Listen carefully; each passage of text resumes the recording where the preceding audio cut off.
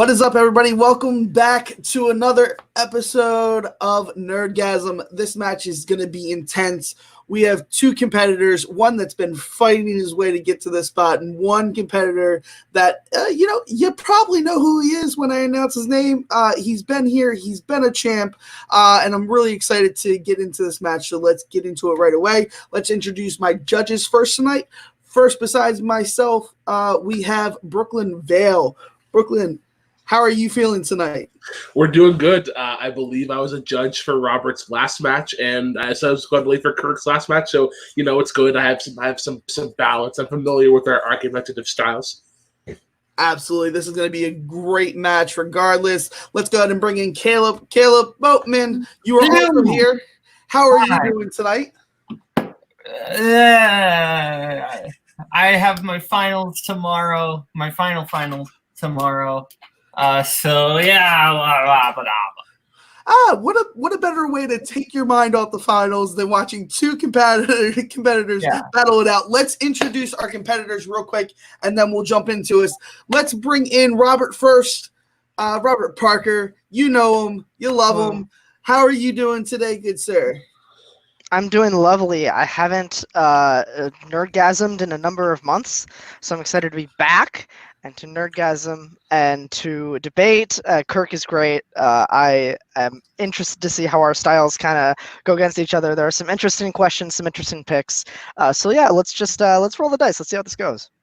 All right, and last but certainly not least, let's go ahead and bring in Kirk Kowalkowski. Kirk, how are you doing tonight? Are you excited for the match?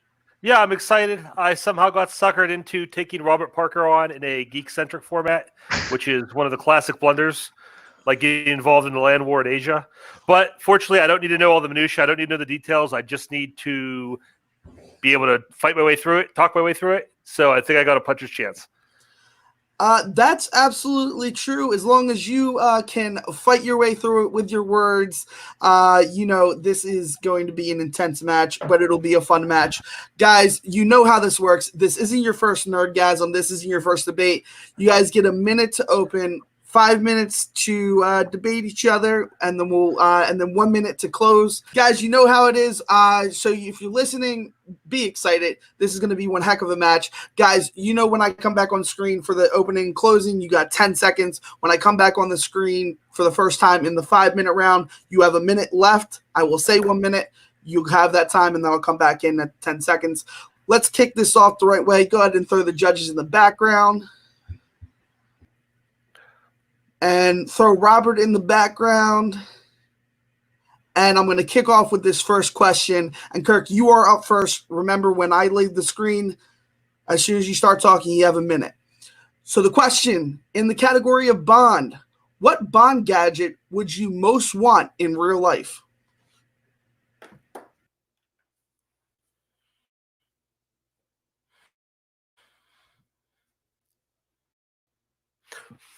When I think about James Bond gadgets, there's so many fantastic items, different weapons, different gear, different things. But I thought about what do I want in real life? What do I want for my everyday life as the most practical item I can use?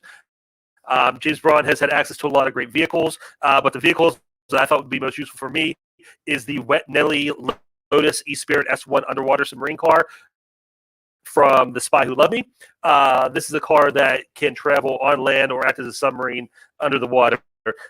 This has a lot of practical applications, a lot of things I could do, make my life a lot easier in a lot of different ways, transportation-wise, a lot of different places I go to and explore that otherwise would have access to. So I think this is the best James Bond gadget to have in real life. I'll concede the rest of my time. All right, he's conceding the rest of his time, and we're going to jump over to Robert. Let's go ahead and pull Robert up. Robert, 1 minute when you start talking and I disappear. So Kirk brought up a lot of good points as far as, what makes a Bond gadget good, right? There's a lot of fantastical things out there, a lot of fun little gadgets and weapons and all that kind of stuff. You want something that's practical. You want something that you're going to use, not just like have sit in your garage or in your basement or on a trophy case. You want something that you're going to use in real life. What would I personally want? And it has got to be the jetpack. So the jetpack is something that everybody from time immemorial has always fantasized about. You can fly anywhere. You can get any place you want to be. You can go up to mountains. You can go across oceans. You don't have to go underneath them. That is a very applicable, very useful, very practical thing. It's not violent. You're not going to hurt anybody using it. So that's why it's the best James Bond gadget that I would personally want. It helps travel, just like Kirk also does. I think it's just a little bit more practical for the average person's everyday life. All right. And he finished up. All right, we're going to bring both the competitors in. Take me out.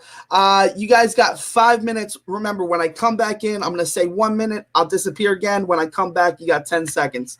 All right? Take me out. Let's go. All right, so the one thing about the submarine car is that, yes, it's a really cool car, but, like, how often are you near an area where the water is deep enough to use a submarine? Like, you can't cross a river with it. You can't, like, go across a lake with it. You need, like, extremely deep water to be able to use a submarine. Me, I don't live on an ocean. I don't think, I would say a lot of people don't live on oceans that were anywhere near where there's deep enough water to be able to practically use it. I think more often than not, it would be sitting in your garage as a show-off item. Well, personally, my entire commute is next to a river that's probably about 10, 15 feet deep.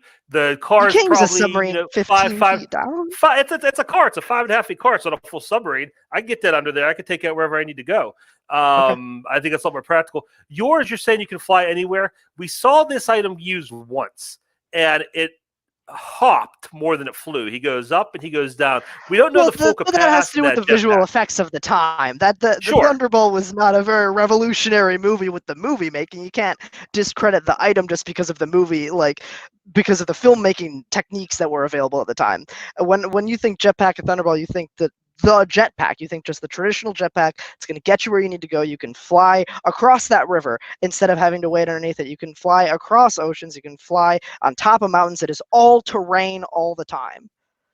Well, what I think about that is, too, I mean, you talked about not hurting anybody on yours. That thing does not look secure. The nice thing about my car, I don't need a helmet to drive it. I mean, the thing is big. It's clunky. It doesn't look – you talk about being practical. It doesn't look really like – I wouldn't take that. I wouldn't look at that thing like, oh, I'm going to fly to the top of this mountain because I don't know that thing might break down halfway through. That thing does not look or seem. And again, you're right. We only get one quick shot of it, and you're limited by the budget, whatever, in the filmmaking world. But it doesn't look like it's made for long-term travel. It looks like it's just made for those quick jumps. It's a getaway vehicle. That's it. I don't see any long-term practical use for it. Long-term practical is not just for transportation, but also for show. Like, you want something that is going to get you where you want to go practically, but also, like, you have a bunch of friends over and you like jetpack, you put that on YouTube, you can monetize your channel, you could make some great vlog content while you're in the air on a jetpack. And I'm just saying that's just another avenue that you could take with this item. Again, you're like, what happens if you run out of gas when you're in the middle of that river? Like, you're going to be in trouble. You're not going to be able to refill it. You're under the water. You might be in some trouble there. What if you run out of gas or whatever powers you? I don't even know what fuels your jetpack, batteries or whatever. I mean, that you could have the same problem. All of the there. above. My thing is, you're talking about impressing your friends, impressing people. Even on the street, if I'm just driving around, I have a Lotus. I have this like beautiful sports car that I'm driving around, even if I don't take it in the water.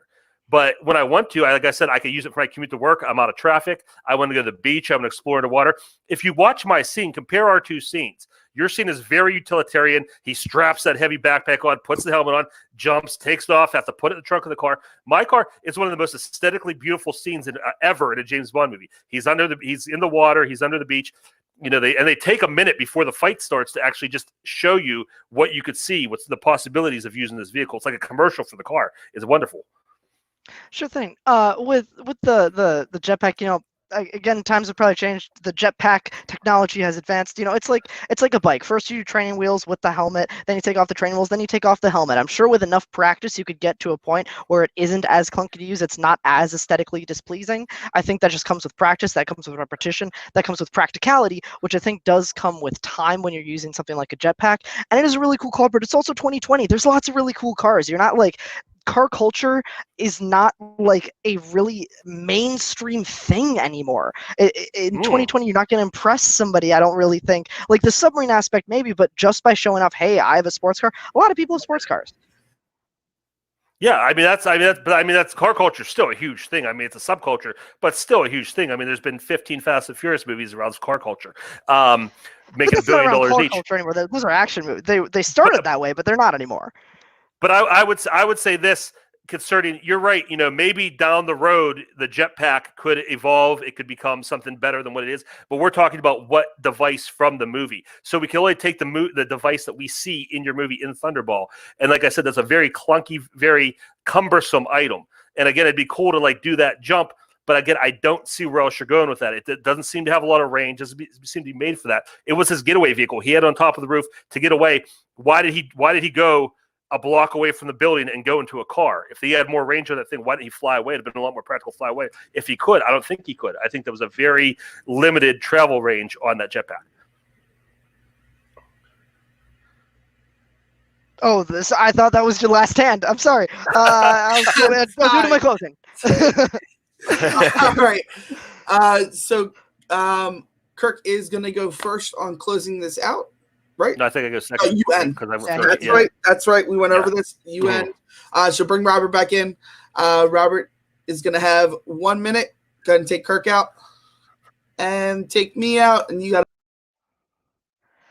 All right, so first off, I think that a car, especially a sports car, and especially something that has to have the technology capabilities that the Wet Nelly does, I think it's going to be really energy inefficient. You're not going to get good gas mileage while you're going through a muddy river. And I think environmentalists in 2020 are going to tear that whole design apart, whether it be just that the sports car isn't like that cool of a thing anymore. We're in a very anti-rich, like anti-wealth society right now. So maybe like being rich and showing off this really cool sports car that also goes underwater and probably kills the fish is not a great thing. With the jetpack, not only is it practical, you can probably get further than the budget and Thunderball allowed you to get, but it's also it's cool. I'm sure it can be safe. Like I said, with time you learn to take off the helmet, you learn to control it better, and also it is just so much cooler.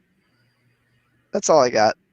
All right, bringing back Kirk in, and Kirk, once I disappear, you got a minute when you start talking.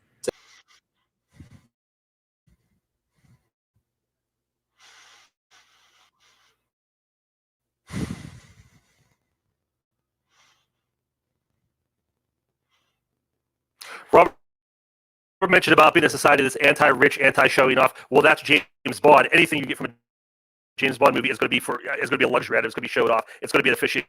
It's going to be some level of impracticality, but it's James Bond. That's what it is. That's part of why we want it.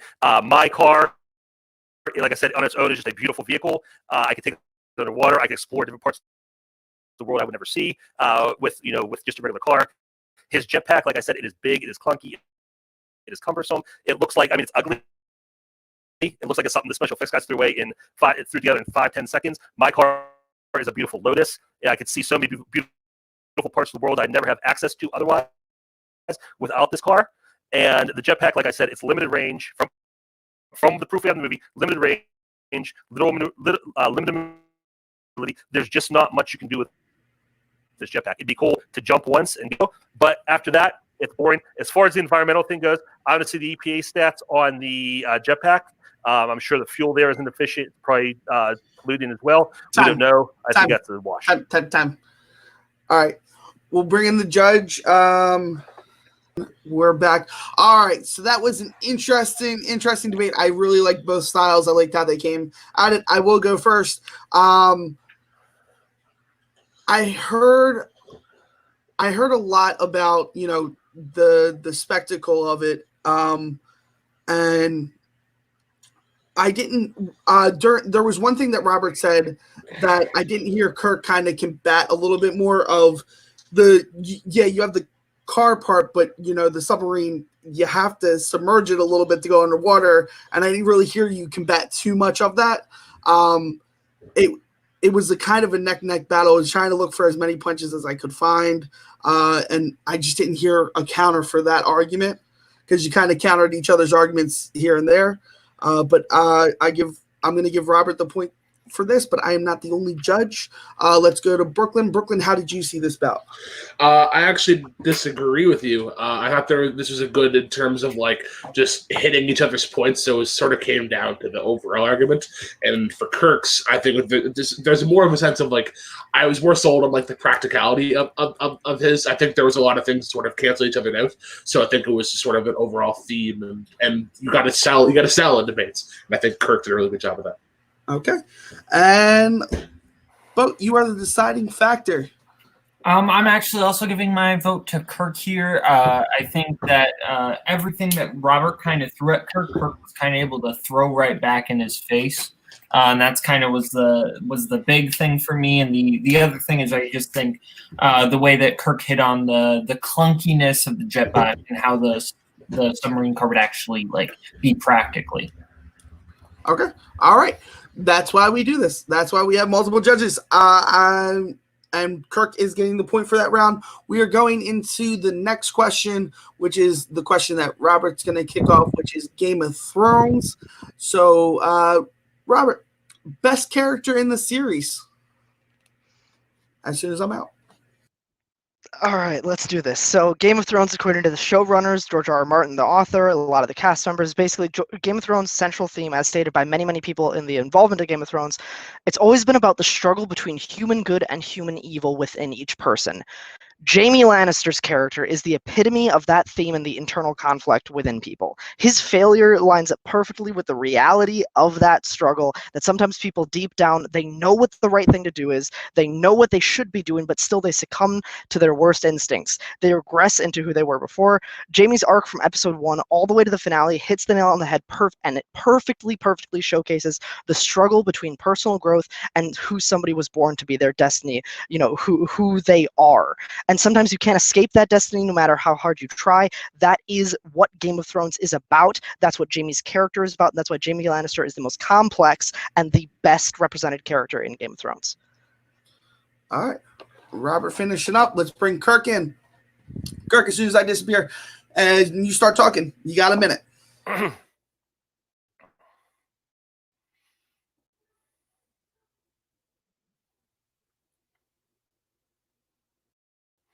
The best character I picked for Game of Thrones, I think, is the most relatable character, the most likable character, the most interesting character to watch. The character that you care about the most is, and I went with Robert's pick's brother. I picked Tyrion Lannister. From episode 1 of that show all the way through, Tyrion is exactly he's the guy you're drawn to. He's the one you want to know. He's the one you want to hang out with. He's the one you want to see what happens to this guy, what this guy does, what he's going to do next. He's the most interesting. He's the most fascinating. He gives, Peter Dinklage probably gives the best performance in the entire show as this character. And I think he's just, throughout the show, he's the anchor. He's what kept me engaged in the show. I think he's what kept a lot of people engaged. While other characters had ups and downs, Tyrion is very, consistently a great character, regardless of what he's doing. He walks that line of good and bad in a different way than Jaime. He is, has a good heart, but he knows he has to do bad things, and that's one of the things that makes him so interesting. Time. All right, we're back in it, guys. All right, we have Tyrion versus Jaime. This was about that probably their father was looking forward to at one point or another. So let's jump into it, guys. When I leave the screen, 5 minutes. When I come back, 1 minute. When I come back again, 10 seconds. So Tyrion is really interesting and great and encapsulating of the show for the first 4 seasons. Once he gets to Essos, he isn't an interesting character anymore. You don't understand his motivations or his allies. You don't understand why he does what he does. He just does it because the show has him do it. He spends an entire season being drunk in Essos, going around with Jorah, and why does he sober up and suddenly become an expert politician again and fall in love with Dany? Because there's no reason, there's no justification for a lot of his actions, especially once we get to this final season. Why does he rat out on Varys? Why does he say he cares so much about the innocence of King's Landing when in his trial, arguably one of the most iconic moments of the show, he said he wants to kill every single person in King's Landing. Just a few seasons later, he is like, oh no, save everybody, it's so important that people live. Why? Tyrion has never been the person who cares about those kind of things. Jaime is somebody who acts cruel and careless to hide how conflicted he really is, and that conflict, that complexity is what keeps the show running. It's what keeps you intrigued in his character through the very end. See, I think with Jaime, the thing about Jaime is it's always about somebody else. I mean, the first couple seasons when he's still like the big bad, I mean, he's just like a sniveling henchman for Cersei, and Cersei's he's really a Kingslayer. He's not a henchman. Yeah, he is for. I mean, he's Cersei's lapdog. He's completely subservient and controlled by her. And even as he's trying to turn good, he's still trying to please her and figure out how to make her happy. Even towards the end, I mean, you talk about a character kind of falling apart at the end. It's like, yeah, Jaime has this big arc. And then it just at the very end it collapses literally, and he's exactly the same guy he was at the beginning, and his entire series long arc is wiped away because he was Cersei. Isn't character growth sometimes cyclical? Like, people can still go through a lot of emotional turmoil. People can go through changing events and come out still. They can look like they're doing great, and they can still regress. Like, he knew what the right thing to do was. He didn't do it because that's who he was. That was his morality. At the end of the day, he is still that Kingslayer that he wants to be. Like, that's not a failure of an arc, in my opinion. That's actually a really great arc. It's a really great representation of the show, of the show's struggle between good and evil. Sometimes evil wins, even when you want so bad for it to be good. I think what it shows that in reality he was always just Cersei's lapdog. He was always just there to serve Cersei. And like he I said, wasn't when he's traveling with Brienne, he's still Cersei's lapdog. When he abandoned Cersei to go fight for the North, to fight for the humans to survive in the battle in season 8, episode 3, when he abandoned Cersei to go fight for the living, that's not being Cersei's lapdog still. Should be letting Kirk talk here. Mm-hmm. I would say, yeah, but I mean, again, it's like you see that he has signs, but every time Cersei comes up, he melts. Every time he sees her again, the further away he gets, yeah, but as soon as he gets back there, he just regresses back to what he was. Tyrion, like you were saying about him when he leaves King's Landing, yeah, he leaves King's Landing, he's out of his element, he learns how to deal with that, and I think one of the reasons why they kind of nerfed him in those later seasons is because he was such an overwhelming presence in those first 4 seasons where there was really nothing he could do wrong. Everything he was always the smartest in the room. He always did everything right. He knew the right thing to do. They had to find a way to make him more vulnerable and let some of the other characters shine. So they gave him that arc where, okay, I'm out of my element. I'm in a different country. I don't know what I'm doing. I don't know why I'm here, or what I don't know. Not why I'm here, but what I'm supposed to be doing or how to act here. King's Landing was his element, and he had to get back there. As far as the fact that he said, "Oh, I wanted to kill everybody," that shows again how conflicted he is. I mean, there's a lot of anger and rage inside of him because of how he was raised, how he was treated, how his family treated him. So that comes out in that rage towards King's Landing. But you see at the end where he is the true hero. And with Game of Thrones, I think the heroes are always more interesting because they're always losing. They're always getting beat down. They're the ones who are always on the defense. 1 minute, guys. So I think this is one of the few shows or movies or whatever where the heroes are more interesting. I think Tyrion is the greatest hero in Game of Thrones.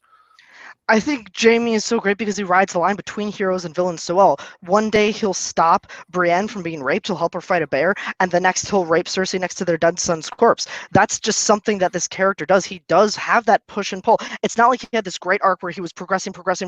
Oh, suddenly he's a villain again. He had this give and take throughout the entire series, the entire 8 seasons. You never knew exactly where he stood with anything. And that is great. That mystery, that push and pull, that is what made Jaime so great. You're talking about Tyrion being out of his element. Once he gets back into his element at the end of the 8th season, he says, oh, who should be the king? How about Bran? That's a great idea, isn't it? That's not playing the Game of Thrones. That's not being the master politician. That's not being the mastermind. That's going from overwhelming, and then they run out of source material and don't remember how to make him overwhelming, so they make him underwhelming. They forget everything that made his character great. I think that shows the greatness of his character because he has to big himself up in push-ups. All right, we're going to go into closing. Let's try and keep the filibustering down to a minimum, guys. When we do these 5 minutes, we'll tell you if you're going on in the private chat. Just try and keep an eye on it. Let's go, Kirk. You're going to kick us off for the closing. I'm going to stay on, and I will give you the 10 when you have a minute, and then I'll give you the 10 when you got 10 seconds left.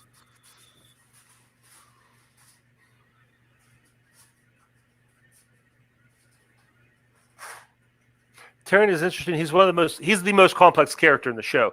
He has the same upbringing as Jaime, but he doesn't have any of the benefits of it. He was despised and abused by his own family, by everyone around him, and you see him throughout his arc, throughout his story, overcoming that and using that to his advantage. Where Jaime was just a spoiled rich kid who fell in love with his sister and never really overcame that. Tyrion made himself a better person. Jaime never really tried to. Jaime just was fine going with the flow and doing whatever Cersei said or whatever Brienne said or whoever. He never took charge. Tyrion took charge. He did it from behind the scenes, but he was the mastermind. He was the one that knew what was going on.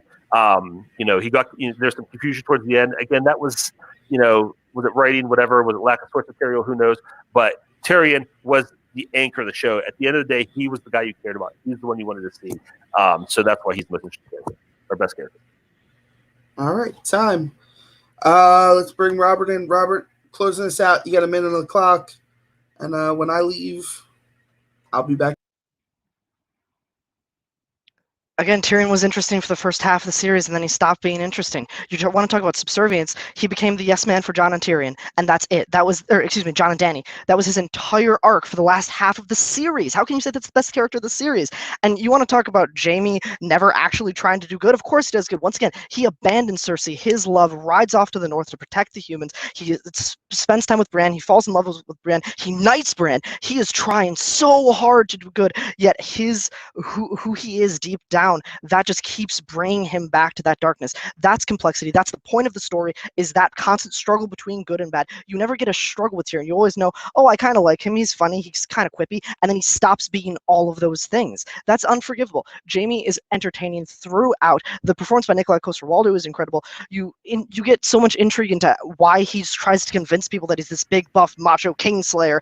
But suddenly, deep down, he actually really wants to go. He wants to break that bond with Cersei, but he just can't because it's in his nature. He's trying to break his nature, and he just can't, and that's realistic. Time. All right, let's bring the judges back in and everybody else back in. All right, I kicked off the first question. I'm going to go over to Brooklyn to kick us off with our second question. Brooklyn, where did you see this? Where did you see this match? I have given my point to Robert. I think Robert this is like one of the ones that he's super passionate about outside of like regular fandom movies. And I think that just sort of comes off in the question. I think there were some things that I wanted to hear from Kirk in the closing, and they were sort of like just sort of redundant, and they didn't really tackle the things that I wanted to hear from the freeform. So Robert, gets with me. All right, but where did you see this going? I'm also leaning towards Robert on this one. I just think he made more points that sounded more hard hitting. The thing about being a lapdog, I think, was kind of the point that tipped me over the edge. All right, and I actually am going to go with Robert as well. I think there was a lot more hits on Robert's end with the character overall as a character. Why it's so important to be this kind of character of Game of Thrones. All right, going into question 3, guys, and Kirk, you are starting this question off, so I'll stay in with you again. All right, so we're going to go into this. Go ahead and take Robert off. Question 3 comes from the MCU. Besides the Avengers movies, what is the best MCU sequel? Kirk, you got a minute on the board when you start talking.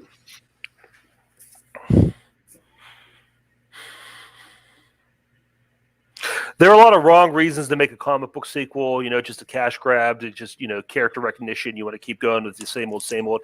And a lot of sequels do fall in that trap. So I went with one that takes a character who could have been very one note and expands his world, expands his universe, expands him as a character and a person. I went with Captain America, the Winter Soldier. This takes Steve Rogers out of the World War II element. Which once that movie's over, it's kind of like, what do you do with this guy now? Captain America can be a very white bread character, but they bring him full force into the real world, and they force him to face all these scenarios that he never would have had to face back in the World War II era. It expands the Marvel universe. It shows more of what's going on, the machinations, what's led up to everything in the Avengers world. And it's just a great spy thriller. It's a great genre for this character. It's just a fantastic sequel. All right, perfect. Let's go ahead and bring Robert in. Robert, same thing, except this time I will not be on screen. You got a minute. I'll be back in when you get time. So I really tried to dig into what makes a sequel function so great as a sequel to its previous films. I agree Winter Soldier is a good movie. I don't necessarily think it functions great as a sequel. I'll get into that later. But the one I went with is Thor Ragnarok. With a sequel, you want the character to go through, new challenges, a new environment, a new universe, as you said, all those things expanded. You want those things to change. You don't want just to rehash the original film, but you also want your character change. You don't want the same character going through a changed scenario. You want a character that is changed by their scenario, by their world around them, by the characters around them. That's what you get in Thor Ragnarok. Thor is confronted with his own mortality when his father dies. He's confronted with loss when he loses his hammer, betrayal with Loki's behavior. He's the same. The doofus in Thor 1 is confronted with real fear and cowardice when he meets Valkyrie. And those things that change him as a character from the first Thor to now is what makes Thor Ragnarok such a beautiful sequel. And it's just a kick-ass movie. All right. Let's go ahead and bring Kirk in. Okay, I'm going to take issue with the idea that Captain America has not changed in his movie. I mean, this situation fundamentally changes that character. It takes him from a white-bread 1940s hero who thinks America is great and the government is great and it's out to help people, and he finds out the reality of it's not, and that changes his character as a hero, as a person. The situation changes and the character totally changes. I'd say way more than Thor does. And the thing is, my character changes for the better and makes him more interesting. Your character in this movie is like comic relief. He's a joke. He doesn't change in a good way. He absolutely does change in a good way. You see him become more adult. He's a doofus in the first Thor, and by the end of this movie, he has grown into a full-fledged leader. He is ready to be the king of Asgard now. That is a moral change that has happened over the course of the last few movies, and especially in this movie when he's faced with like real things, with reality. No pun on the reality that happens in Thor: The Dark World. But he's faced with his father's death. He's faced with losing the hammer. He's faced with real loss, and that grounds him. Yes, he's a little bit more jokey because it's written by Taika Waititi, but as a character, he's much more grounded in this movie. That he's not head in the clouds, doofus hero anymore. He really is the king of Asgard in this movie. As for Captain America changing, I would argue that he stopped trusting government when they made him be a roadside attraction. Like, he never liked being in the army, really. He liked being with the Howling Commandos, but he never liked Tommy Lee Jones's character. He never really trusted, he trusted America as a symbol, but he didn't really trust the people who ran it necessarily. I would say he trusted. I mean, he didn't like being the symbol because he wanted to be on the front lines of this whole thing. He wanted to be sacrificing himself. He wanted to be taking the danger away from other people. He didn't want to be in a cushy job putting on a show. He wanted to be seeing the action. But he believed in the cause, and he thought the cause was right, and the cause was always right. Real quick, I'm going to go back to Thor being a doofus. He is a doofus in the first movie. He's a doofus in Ragnarok. The only difference is he's surrounded by a bunch of other doofuses because this is like a comedy show. The first two Thor movies weren't great, and I think they were like, well, what do we do? What do we do with another Thor movie? Well, Guardians of the Galaxy was funny, people like that, so let's just do that. Let's rip off that entire tone, that entire world, the entire pocket of the universe, and do kind of the same thing, but we'll plug Thor into it.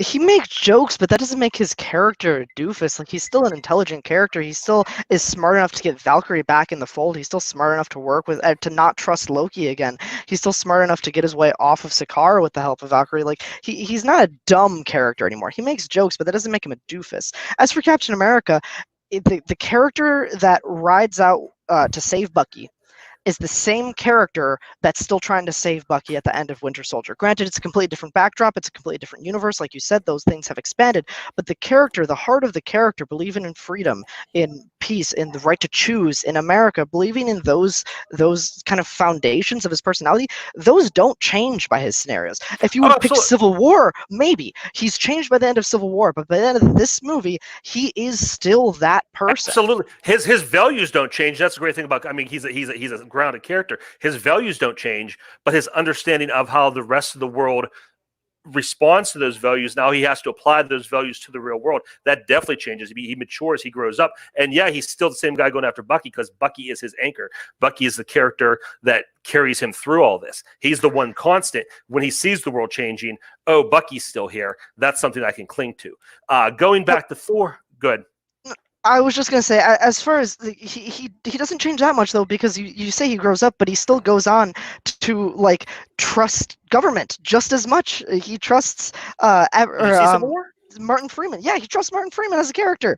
He still works with them. He still cooperates. Like he may be still going after Bucky, but what I'm saying is his morals and his values are definitely still aligned with the things that Civil War doesn't happen without Winter Soldier because he doesn't learn that fundamental mistrust for government Winter Soldier, not Civil War. That he does. Yeah, but I'm saying that lack of trust comes from my movie. That change of the character we're talking about. Let's talk real quick about the quality of the movie. Like I said, your movie is a joke, and it's like all the good moments get stepped on. I mean, Asgard gets destroyed at the end of that movie, and it's just stepped on completely by a joke, by a core joke. That's so many times. I mean, we have Thor, like one of the most powerful characters in the universe, and he's like begging Stan Lee not to cut his hair. He's getting shocked by the thing. He's a joke in this movie, and the Hulk's a joke. Everybody's a joke. It's just a laugh a minute, and it just doesn't fit the character. It fits the world because they, like I said, they ripped off Guardians of the Galaxy world, but it doesn't fit the Thor, the Asgard world. But that's also why they destroyed Asgard, and that's what that destroying of Asgard is what changed Thor as a character. It made him ready to rule people. All right, so we're gonna keep Robert in here. Take Kirk out. Robert, you know how it goes. Close this out. You got a minute on the board when I disappear and you start talking. The changing of the Thor character into making it a little bit more of a joke universe was such a good thing because they had hit such a stalemate after Thor: The Dark World. That I don't think that's not a dig on the quality of the film. I think it's widely accepted that Thor Ragnarok is an excellent movie. Just because it's funny doesn't mean it doesn't fit the tone that you want Thor to be, because Thor has evolved, so has the tone of the films. It's not just character growth for Thor as well. Hulk has incredible character growth in this movie. We see Thor's impact, how he impacts a character like Valkyrie, who was down on her luck, a drunk, a scrapper, has now come back into the fold, now is an incredible soldier. We see not just Thor being changed by his change in surroundings, or excuse me, we don't just see his surroundings being changed by him, we see him changing as he goes through them. That's not the same for Winter Soldier. We see S.H.I.E.L.D. collapse and go to shit in Winter Soldier. We see the things that Captain America believed in go to shit, but he doesn't seem changed by it. He's still the same guy fighting for good and being next to Fury and doing all the good things and making patriotic speeches, because that's who he is. He doesn't emotionally mature truly until Civil War, when he learns more about Bucky's past. Time. All right, let's bring Kirk in. Kirk, you got a minute on the board when you start talking. Real quick, I want to address something. Robert said that Thor's change came about by the destruction of Asgard.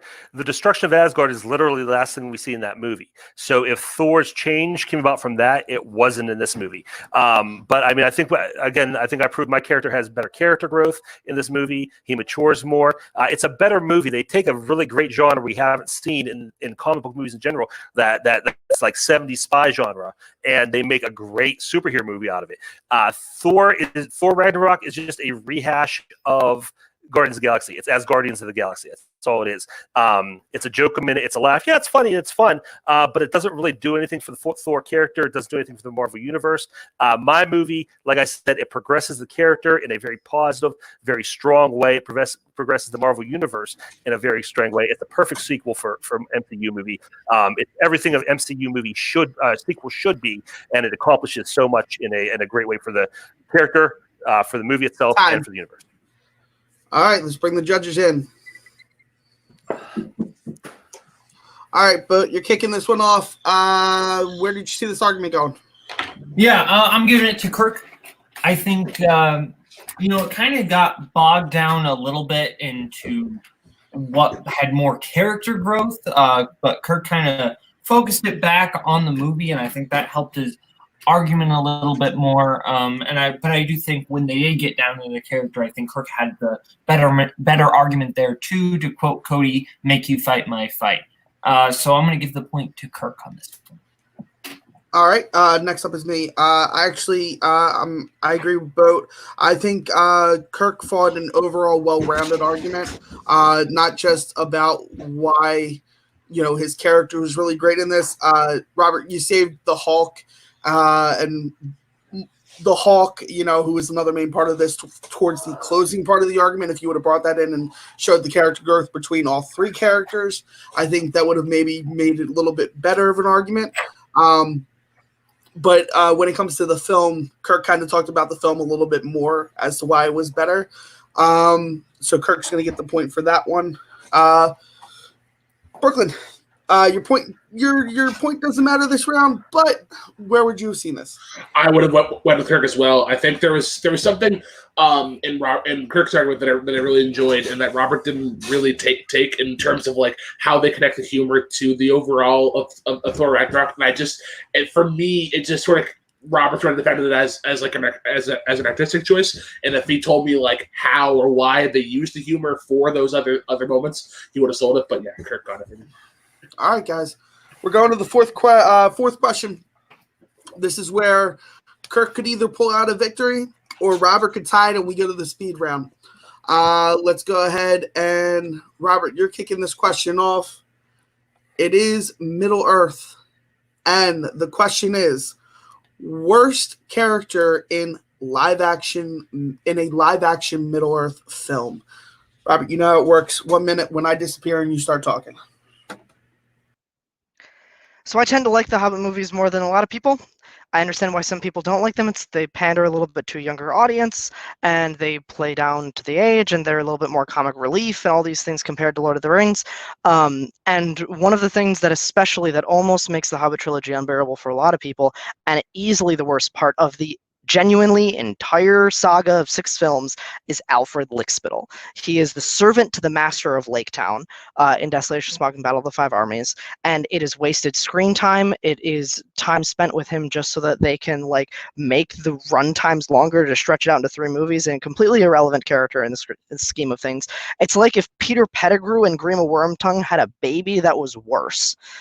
That's what Alfred is. He's a whiny, annoying, grimy, stupid little character that serves only to have subplots. There are terrible scenes with him in it, and it genuinely just brings down the entire quality of the Hobbit trilogy just by having this one character in the small portion that he's in. He ruins everything about the trilogy. And time. All right, let's bring Kirk in. Kirk, you know how it works. Your screen's completely black. All right. You know how it works, though. I think you're here. 1 minute when you start talking.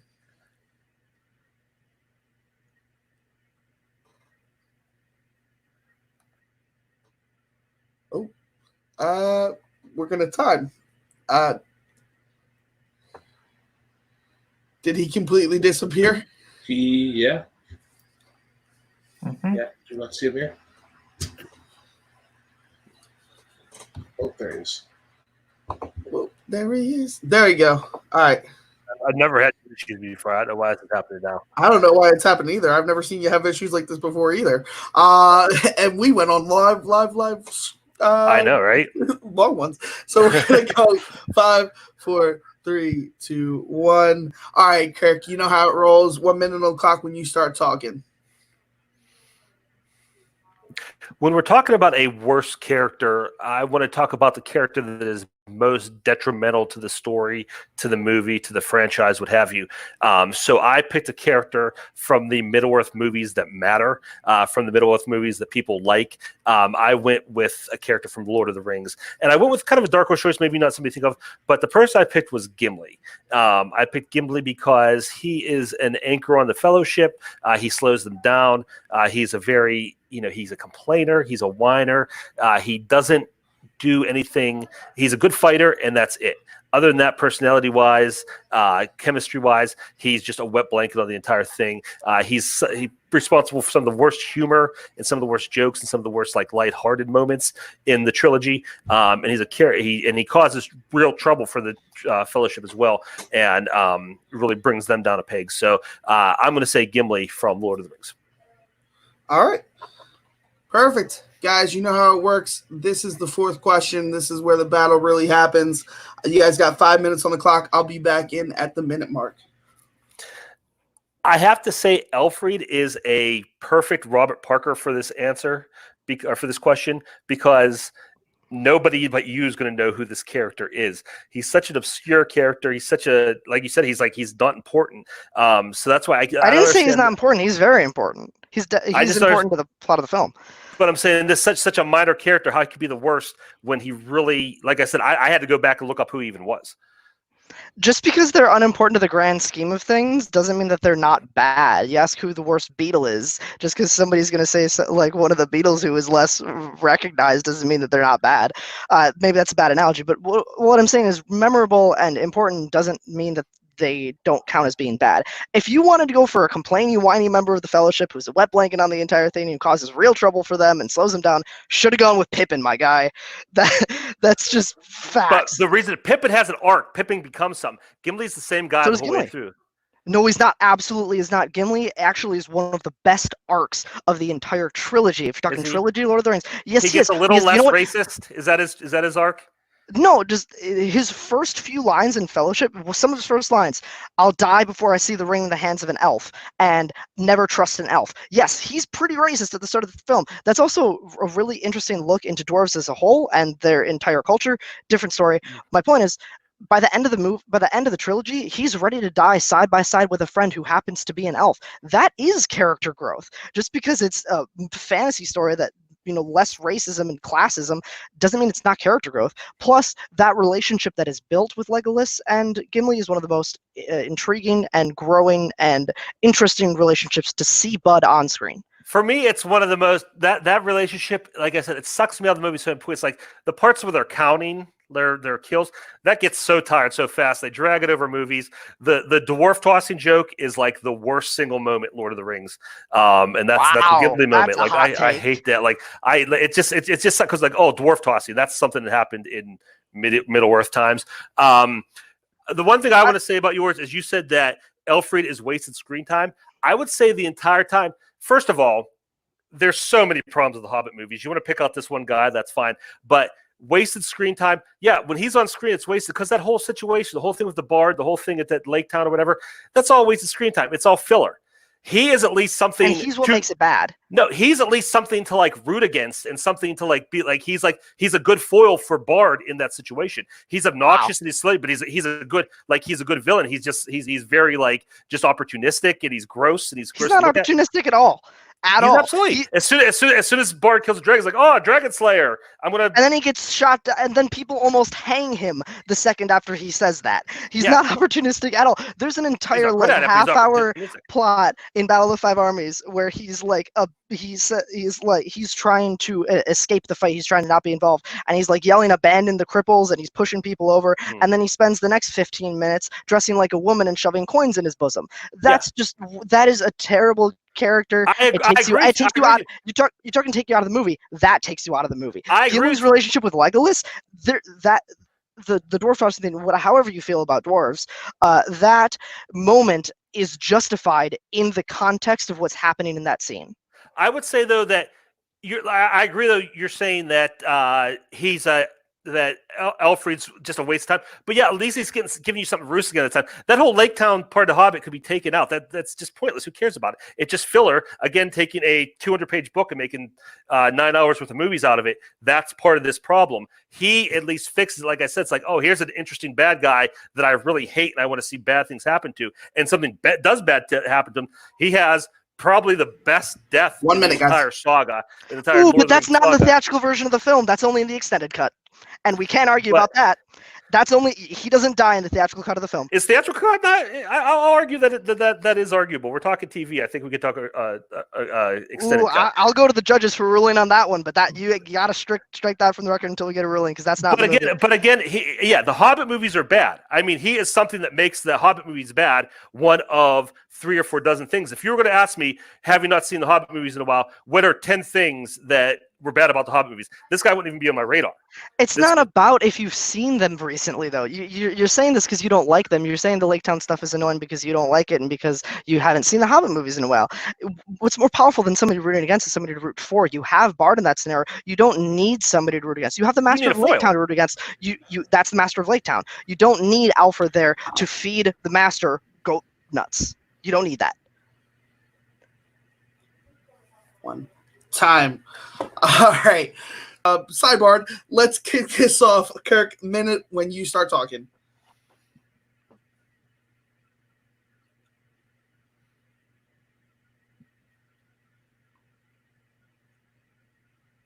Again, Alfred is a character who is a part of the problem, a part of the macro problem of the Hobbit movies, but he's not the core problem. He's not a horrible character other than the fact that he's a horrible person and you hate him and you want to see bad things happen to him and you want to see him lose, but that's a villain. He's a good villain because you hate him so much, you feel so much disgust when he's on screen. That's what doesn't make him a bad character. And again, the Hobbit movies are so littered and filled with characters to point out this guy's the problem. He's the reason these movies don't work. Is ridiculous because there's so many reasons these movies don't work. I picked a character from the great Lord of the Rings trilogy, the Great Middle-earth trilogy, a character who bogs the Fellowship down, who is a source of bad humor, off-tone humor.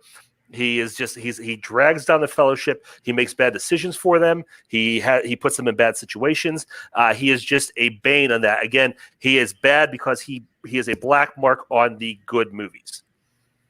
All right. Let's bring Robert back in for his closing. Robert, when I disappear, I'll be back in for the 10-second countdown, and you're good to go. I didn't say he's the part that makes the Hobbits bad. I never said he's what makes the Hobbit movies bad. I said he's the worst Middle-earth character because he is. He's the biggest part of that reason. If we're talking extended editions, let's talk extended editions. He has a very unsatisfying death. He dies. He has death by boob gold. That's not good. You want to talk about Gimli being actually a really deep character? Let's talk extended editions. How about the scene where he's joking with Eowyn on the horse? He really shows his warm side. He shows more about dwarf culture. He speaks with Aragorn about how much he cares about the hobbits and how much he cares about saving them. He helps train Merry and Pippin in the Misty Mountains in Fellowship of the Ring in the extended cut. His relationship with Gandalf the White before the Battle of the Black Gate. These are all things that are in the extended edition, and Gimli's relationships with all of these characters are explored, not just that with Legolas. All of the characters, his arc grows. He is the most stubborn, the most steadfast, the most the meat-headed character at the start of Fellowship, and when he comes out of the trilogy, he is a changed dwarf. That is character growth. I don't know how you can call that a bad character. Just because you don't like the little comedic bits he has doesn't mean that they're bad. They're actually very good. They're lightweight. They're a good break, and they're justified in the moment as well. All right, let's bring everybody back in. Such a good bout so far, guys. All right, I'm going to kick this one off. All right, for this bout, I got to give it to Robert just because of how he proved Gimli wasn't a bad character. His argument, Kirk, I didn't hear much besides maybe the crude humor and kind of off-kiltered. But then when you were able to bring in the extended edition, he showed you exactly how broad and how much of a character arc this character gets. And he also hit on the fact is why his character has such an unsatisfying conclusion and why it's just a terrible character in general. I know that you tried to bout back, but I definitely think he kind of won this one. Robert, you got the point there. Brooklyn, where did you see this bout? Yeah, I would have agreed. I think in terms of like worst character, there's always two avenues of thought process you can go with it. You can go with like the choices that they actually make in the movies, or you can do it where it's like, well, this person like they're worse, they're horrible, they're awful. And I think both avenues were explored, and I think Robert did a really, really good job. I think the whole thing of like adding in extended edition stuff was just like adding icing onto the cake for him. Because how well he is with Middle Earth. So yeah, would have given him the point.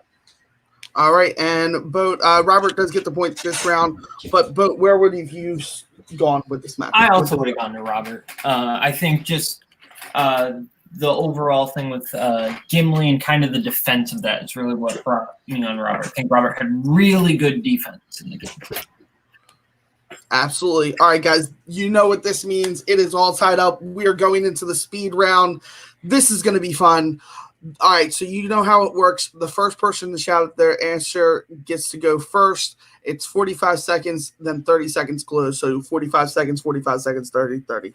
All right, guys, listen up. First person I hear, first person the judges hear, we'll make the call there. In the speed round category of Star Wars, what Sith Lord is best suited for a spinoff?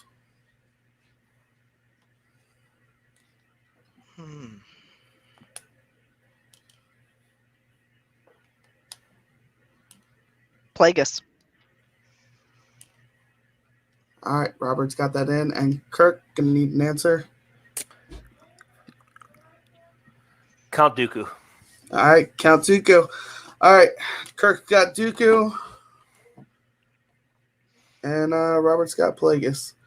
All right, Robert, 45 seconds on the clock. We're keeping everybody in so that way we can bounce back and forth. 45 seconds on the clock whenever you start talking. We've spent so many times in these stories, spending so much time with the Jedi Order in the prequels, the Resistance now, we see an older Luke. We don't spend enough time with the origination of the Sith Order. Who doesn't want to see the rise of the Sith Order? The most powerful Sith there has ever been, on his rise to power, his training from young age to that rise to power, learning powers, new force powers that nobody had ever dreamed of, seeing them on screen for the first time, whether it be a Disney Plus series, whether it be a movie. That's what we want to see. We want to see something new. This is something new. We would also see the very slow rise of Sidious in there too, towards the latter half of whatever kind of adaptation this is, whatever kind of spinoff it is. We see the rise of Sidious. We see the tragedy of Darth Plagueis the Wise, and we see the rise of the Sith Empire, which is something that is new. Time. So, All right, Kirk, 45 seconds on the clock whenever you start talking. Robert said he wanted to see the origin of the Sith, but Darth Plagueis Wise, like one of the last four Sith. He's right before Sidious. He's not original. He's at the very end. And with that story, we're just going to get the Darth Plagueis the Wise story that we know, and the rest is going to be filler. Count Dooku, we could do a prequel of him. We could see his rise through the Jedi Order, where he was, him training Qui-Gon, how he became converted to the Sith, how he became corrupted. We could see, he's a count, he's royalty. How did that affect him in becoming a Jedi? Like, what is his life? What's his backstory? There's a lot of stuff we don't know about Dooku that I want to know. Plagueis, I know everything about him already that I need to know. There's nothing more. Dooku is a rich treasure trove of stories. Time. All right, let me scroll down to 30 seconds. All right, Robert, 30 seconds on the clock when you start.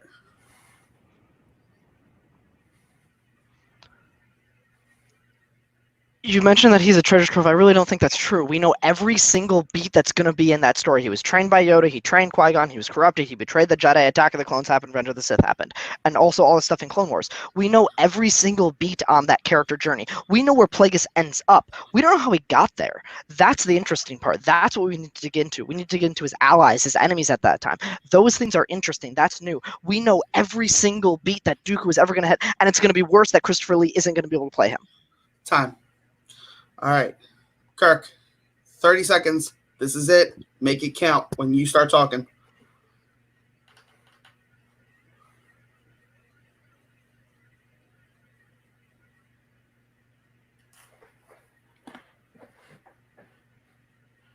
We don't know every beat for Dooku. We know everything that we know Plagueis. We know who he ends up. We know he's trained by Yoda, and we know he trains Qui-Gon. That's all we know.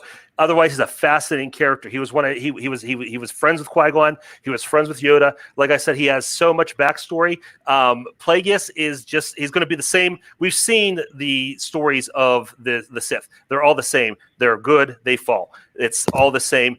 Dooku is a new story, a new kind of character that we've never seen. We see that end point of the Jedi Order that we haven't seen yet. Time. All right, let's bring the judges in. This was a speed round, guys. Brooklyn, you're kicking us off. That was a tough question. I just want to real quick. That was a tough question. Yeah, that was a good. I think for me, it ultimately came down to like the closing arguments and essentially like what points did you want to tackle in your competitor's rebuttal. And I think Robert gets the point for me in terms of like I just didn't hear a lot from Kirk in terms of like taking Robert's rebuttal and really really wrapping it into his own argument and really countering some of his points. So it's just in terms of just a lack of defense success, I would say I would give it to Robert. All right. Boat, where'd you see this? You see, I would actually disagree with Brooklyn respectfully. I would give it to Kirk. I think Kirk really hit on why we don't want a Plagueis movie and why we would want a Dooku movie, because we've seen that Plagueis story before. All right. And I do get the deciding factor. I think this was a really cool argument, but what happened was I felt like I heard Kirk repeating himself a lot about why we wouldn't want this. And I think Robert hit him where Kirk didn't kind of come back too much, where he's basically stated we got basically the entire Sith story of Dooku, but we didn't get the entire Sith story of Plagueis, which is uncharted territory, which would be a lot of fun to see.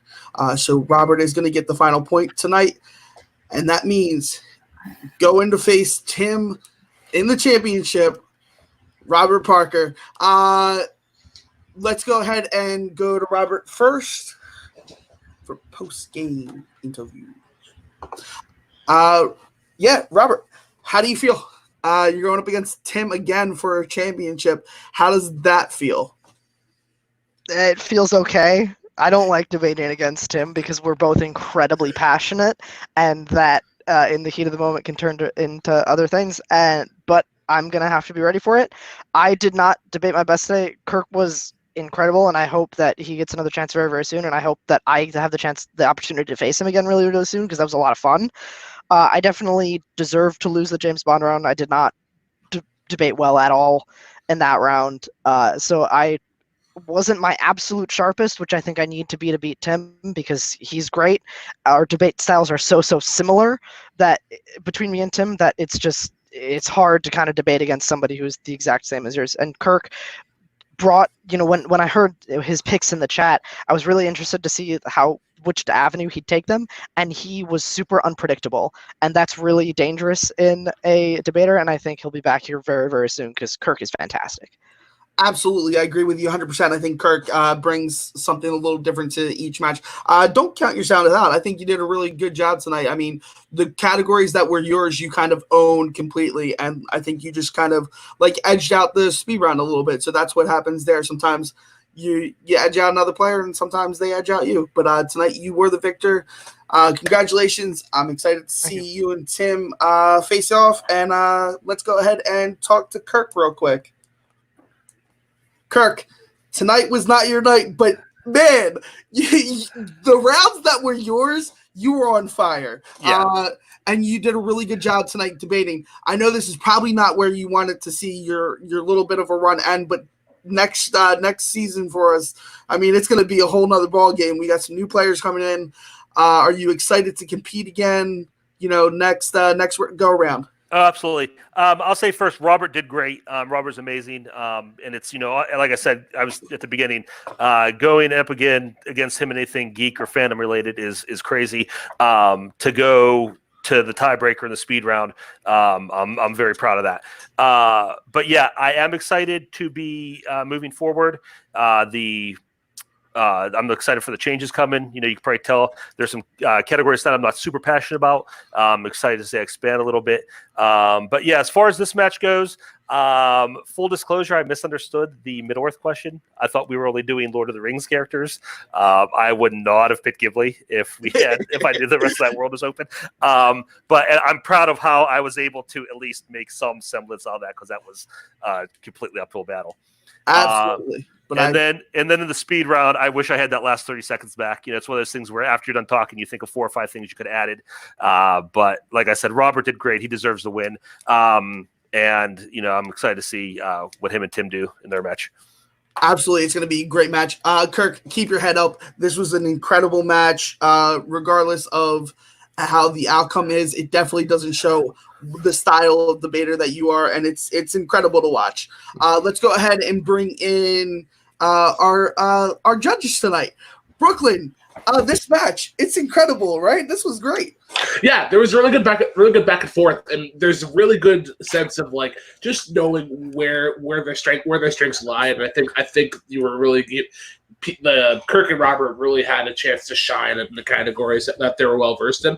And I think this match is a great example in terms of like just mental endurance and in terms of like what you need to do to get the point.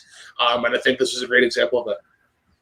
Absolutely, Boat. Where do you how'd you like this match tonight? That was definitely That was a close one. That was a close one. It was a good match. Everybody brought their A game. Absolutely. And did you take your mind off your finals a little bit tonight? Sure. Cool. All right, that's what we want to hear over here at Nerdgasm until we change the name anyway after this championship. But guys, remember, we have 2 spots available for debut players for the next tournament. Make sure you message someone that is a part of this league, either Tim, Cody, Kaleb, Koho, or Boatman, Brooklyn, myself. You can message any of us. We'll get you in contact with the way that get in this and play so you can be a part of a match that's as great as this one. Till next time, see y'all later. Drive safely.